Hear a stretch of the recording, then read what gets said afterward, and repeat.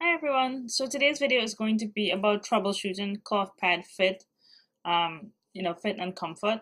Just a disclaimer, this video is not intended to make it seem like getting a cloth pad to fit is very complicated. In most cases, just knowing the length and the snap width is sufficient to figure out if a pad will work for you. But this is just so that if you are having trouble with a particular pad, you can maybe um, better identify what's causing the problem and then know what to try next. So I have a few what I'm calling dimensions and features of a cloth pad that you might want to take into consideration when figuring out, what's working and what's not working for you. And I'm going to go through each dimension or feature and say, why it's important, and then basically, you know, what might be slightly off about it that's making the pad not work for you. And these three pads are just here as a placeholder before I get started. So I'm gonna just kind of probably record each section separately and then stitch it back together. Okay, so the first feature that I have here is length. I mean, I think that's probably the most obvious one. You need a pad to be long enough because, if it basically, it needs to, one has to cover your underwear. You need to make sure that the pad is actually providing you some protection, so it has to be long enough.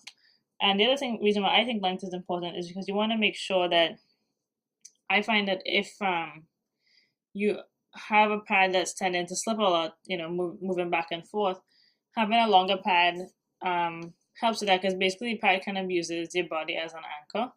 And it's especially helpful if, an example, this case here, I have a craft pad that has Power Shield Pro backing, which has kind of a satin nylon finish. For a pad like this, where there's some concern that this backer is not very grippy, having it in a longer length, this one is the 12.5-inch length, for me helps to make sure that the pad isn't going to slip. The same applies if you have something that maybe is PUL backed or nylon backed or something like that. The next feature for cloth pads that is very important, I think everybody knows this one, is the snap width of a pad. So, of course, the first reason it's important is because the pad has the same place, right? If the snap width is too wide, the pad is going to shift on you. But it's also, I think, important if you are a center bleeder, you want to have a pad that is wide enough, to give you good coverage and absorbency in the area where you need it most. So you don't want a pad that's 2 inches wide for your heavy day. Or if you are a petite person, you don't want a pad that's 3.5 inches wide, because it's just, going to be too big for your underwear. I've also found that one thing I think that's important to note is that, excuse me, dependent on the thickness of a pad, the snap width that works for me can be different, right? So on average, I think if I had to pick one snap width, 2.5 inches will work for me in most circumstances. But if I have a thicker pad, I can get away with a wider snap width. So, for instance, this is a Homestead Emporium Ultimax. It is like basically heavy absorbency, postpartum, overnight type absorbency. The narrowest snap width on this pad is, I think, probably 3 inches. I actually have a ruler nearby. Let's see here. The snap width on this is, just over 3 inches, right? So it was 3.25 inches wide, which is quite wide. But because the pad is thicker, for some reason for me, that makes it more tolerable. Like, I guess because it's just kind of a little bit more substance there, the pad doesn't completely fold over on itself and become useless but if it was thinner and also that wide, then it would just be like having kind of a loose piece of cloth in my underwear, serving no purpose. On the flip side, let me see here.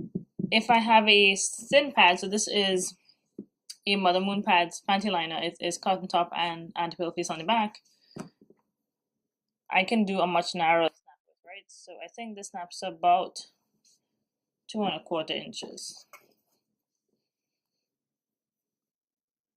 So so about 2.25 inches, right? A little bit, maybe 2.5, depending. I have some other narrow ones. So I have Novel Red 7-inch narrow liner. That's about 2 inches wide. Essence of Eve is another one that is about 2 to 2.25 inches wide snap, and those are very thin liners. So summary there is that the snap width The snap width that is comfortable for you could depend on the thickness of the pad. So, just something to keep in mind. The other feature that I think is important that's related to snap width is the wingspan. So I don't know if I've ever heard anybody else talk about this. So if you have heard somebody else talk about it, please mention it in the comments.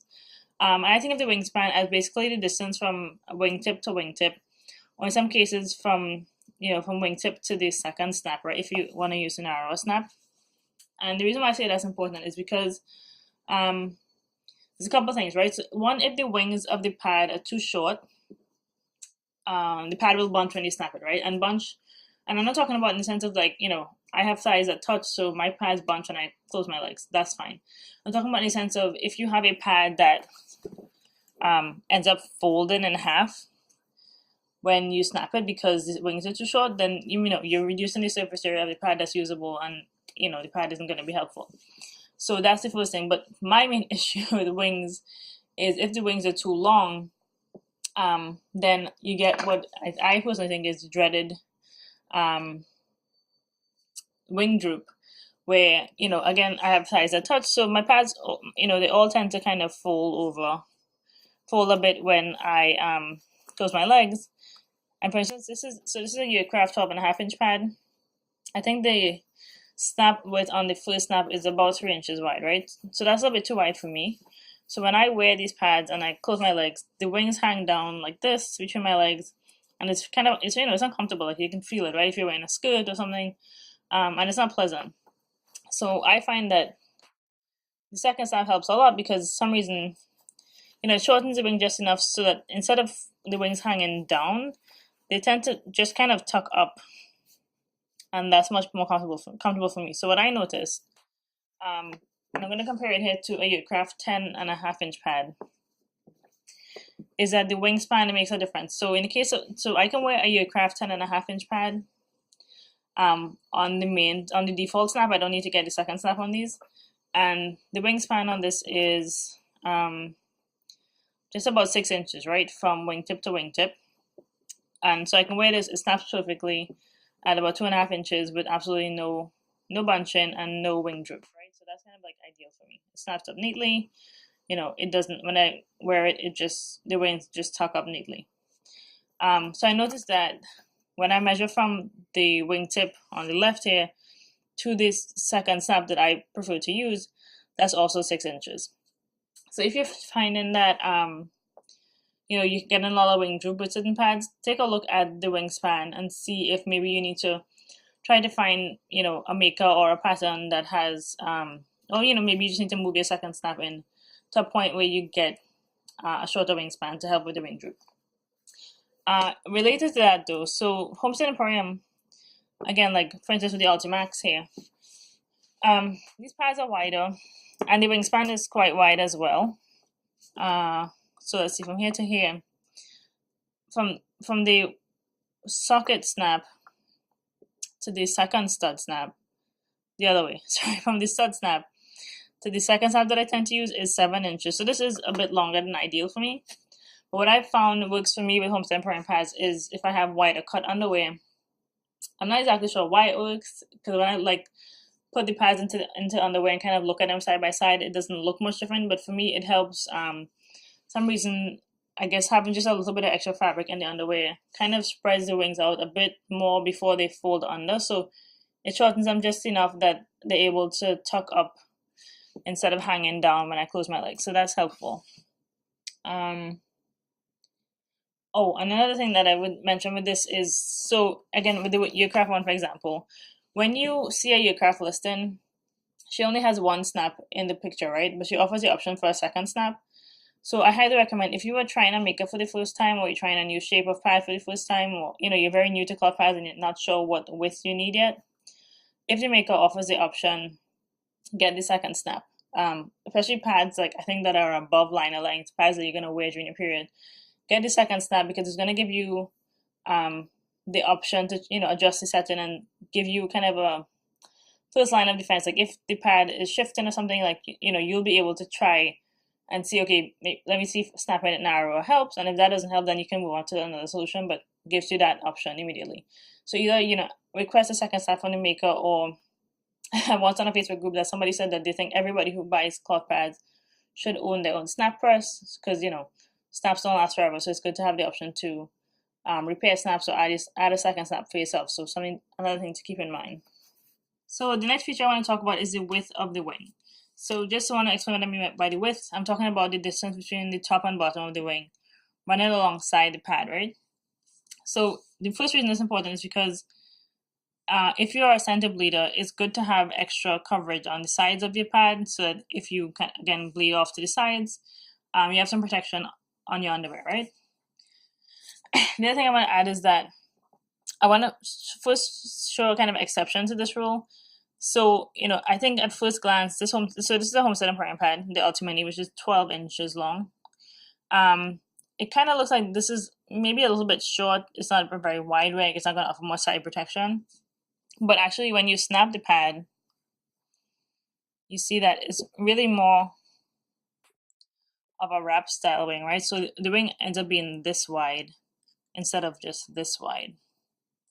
Okay, so let me see if that makes sense. So like the wing is actually, I would say, about 4.5 inches wide, as opposed to just 3 inches wide, right? Like it shows on the other side. So that's one thing to consider. Like you might want a fairly wide wing if you are a center bleeder. Then you have like here, this is a Mimi's Dream. This is like a true wrap wing, where basically the wing almost goes the entire length of the pad, right? So that's the wing from here to here.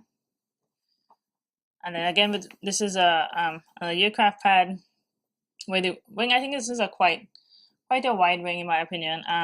It gives a good bit of center protection, right? So especially like I don't know if I can describe this well here. It'll be related to the next thing I talk about, but it's important to have a wing that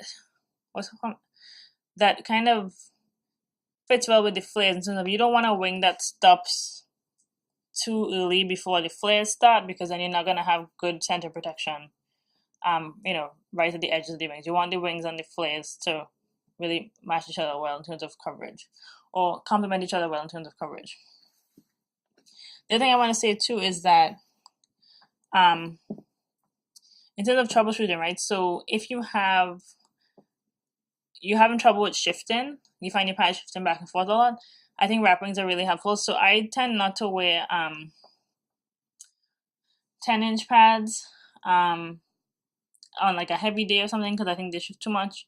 But if I was going to wear a 10-inch pad for a heavy day, I would wear this Mimi's Dreams pad, because the way these wrap wings fit, this pad is like solid. It's just not going to shift at all in your underwear. The wings help it really like lay flat. It kind of becomes one with the underwear, where the underwear moves, this moves. So it's really, the wings are really helpful in that respect.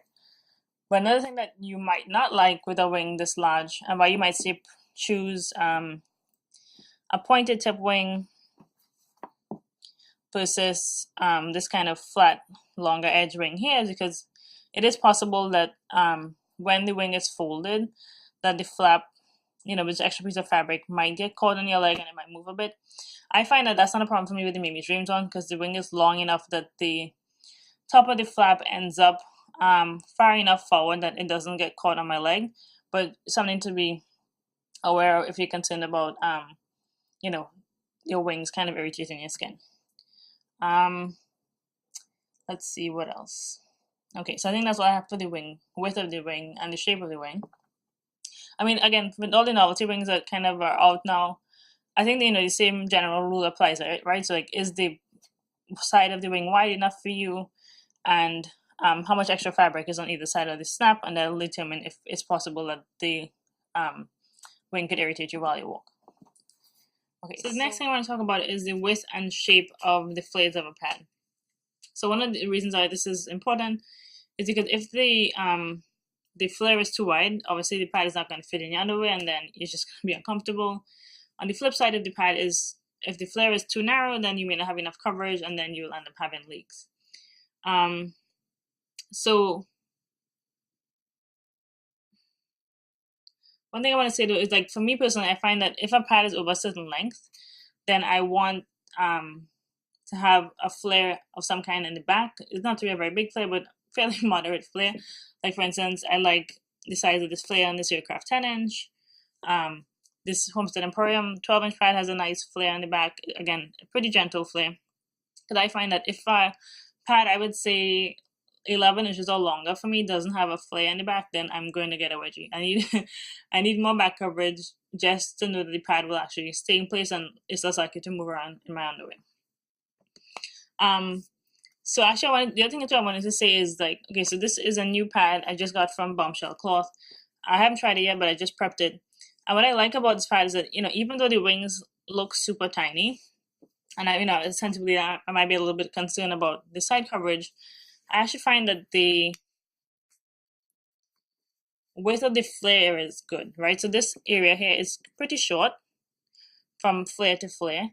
And the flares to me start early enough that I think I'm pretty confident that this will give me enough coverage to make up for the wings being on the narrow side. So that's something to consider. And another thing too is this here's a pad from Miss Andrea made.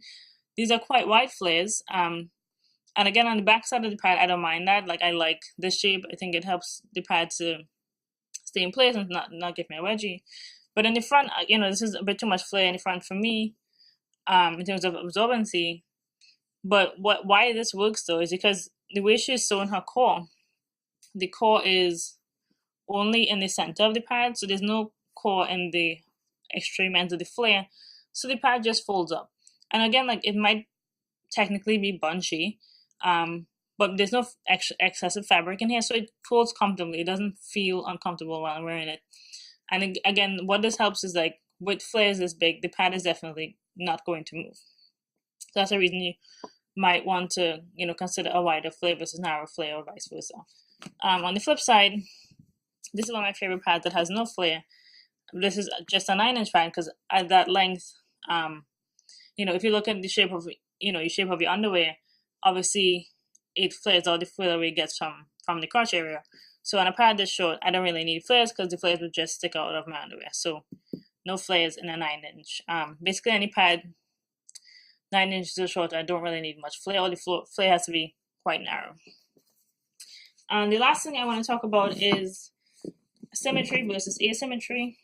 It's kind of related to length in terms of coverage. There's a lot of talk about front bleeder pads because people who bleed towards the front, one, they need longer flares to the front versus towards the back of the pad. And then for a lot of people, depending on what they're comfortable with, they don't need any pad in the back at all. So instead of having all this unnecessary bulk in the back, they just go with a front bleeder only pad. For me, it's the opposite way where I prefer to have a little bit more extra length in the back because I find that it helps the pad to stay in place and to not shift while I'm walking. So hopefully all of that together was helpful and not just seeming like overly nitpicky. Is again not to imply that buying cloth pads needs to be complicated, but just that if you're having trouble with a pad and you're not really sure why it's uncomfortable, why it keeps moving when you walk or when you do things, these are just some factors to consider. So my sound cut out again here without me realizing. I just want to say again, thank you for watching, and I hope this was helpful. Please let me know if you have any questions in the comments below. Bye.